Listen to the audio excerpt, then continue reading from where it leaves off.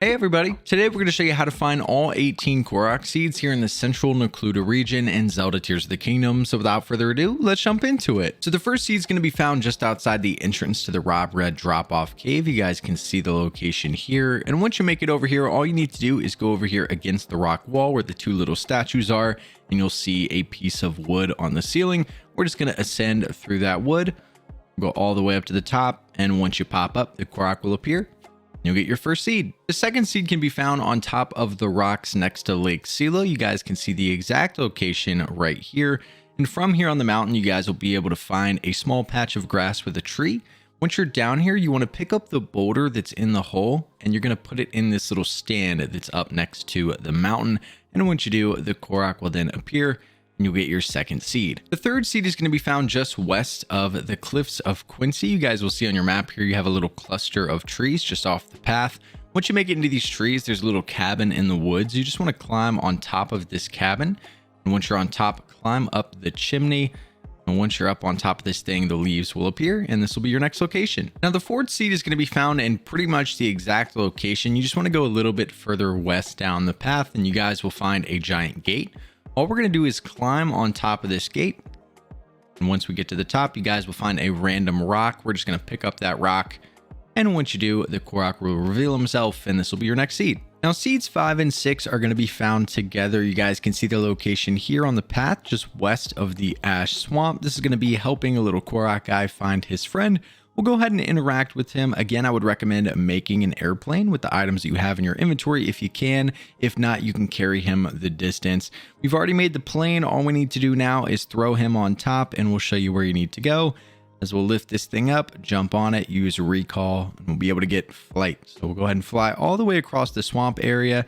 And once you get closer to the mountain, you'll notice the smoke coming up so you can know where to crash land. Go ahead and crash this plane down. Pick him up off of it and drop him off. And once you do, all we need to do is interact, and we'll get 2 more seeds. Seed number 7 is going to be found in the swamp that's just nearby. We'll be on the far southeastern side of the swamp. And once you get over here, you'll notice we have a tree trunk in the middle. All you need to do is walk into it. The leaves will appear. You can interact and get your next seed. Seed number 8 is going to be found in the Babinga Forest. You guys can see the location. Once you get over here, we're going to have a giant rock with a dandelion on top, and all you need to do is hit the dandelion. We're going to use an arrow, and once you do, just go stand underneath it, catch it before it hits the ground, and you'll be able to get your next seed here. Seed number 9 is also going to be found in the Babinga Forest on the far southern side. You guys can see the giant rock formation on the map. Climb to the top of the rock and go to the edge, and you just need to jump off into the circle of flowers in the river. And once you do, the Korok will appear, and you'll get your next one right here. Seed number 10 is also going to be found on the southern side of the Babinga Forest, just a little bit further down the river. And once you make your way down here, you'll find this log. You just need to swing your sword at the little thing inside of the log on the edge. And once you do, the Korok will appear. Now, seed 11 is going to be found on the far southern side of the Hickory Woods. You guys can see where we're standing.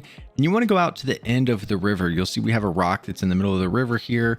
We have this little item on the side. We're going to use Ultra Hand to pick that thing up, and we're going to dunk it underwater. We'll let go once we do, and it'll fly back up, releasing the Korok. For seed number 12, we're going to stay in the same area. We're just going to head to the northwestern side of the Hickory Woods, right on the edge of the river. You'll find a tree trunk with a flower. We're going to walk into that flower, and it's just going to respawn 4 or 5 times, and we're going to follow it all the way over here to this little cluster of rocks. And the final flower is going to spawn in the middle of them. We'll walk up to it, and the Korok will appear. Seed number 13 is going to be found just west of the Ash Swamp over here in this little pond, as you guys can see on the map. And once you make your way over here, you'll see the little cork looking thing in the middle. We're just going to run out into the pond and grab it. We're going to dunk it under the water closer to the waterfall, drop it, it'll pop back up, and the Korok will appear out of the hole. Seed number 14 is going to be found underneath the Kakariko Bridge. You guys can see the location here. And once you make it to the bridge, all you need to do is jump off the ledge here, and you'll see underneath we're going to have some leaves. When you swing your sword at the leaves, a rock will appear. We'll go ahead and pick that up, and the Korok will reveal himself. Seed number 15 is going to be found just to the east of the Kakariko Bridge. You guys can see it'll be on top of this giant rock, and it most likely will be raining over here, so you want to be careful. You might slip down a lot if you don't have the right armor set, but you can hop up on a few rocks there and jump up without slipping all the way down.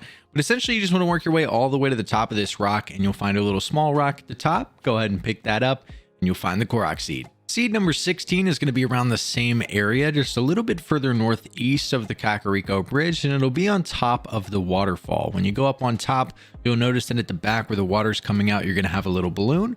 We're just going to shoot that with an arrow, and once you do, you'll get the next seed. Now, seed number 17 is going to be found right next to the waterfall that we were just at. You guys can see on the map, we have a ledge right here next to the waterfall, and there's some trees over here, so it'll be pretty easy to find. You're going to have some leaves that are just going back and forth. You just want to interact with those, and you'll find the Korok. Now, the 18th and final Korok seed in the region is going to be found just northeast of the Pillars of Levia along the path. If you start from up top on the side of the mountain, you'll see we have a little ledge hanging off the side with a single rock on it.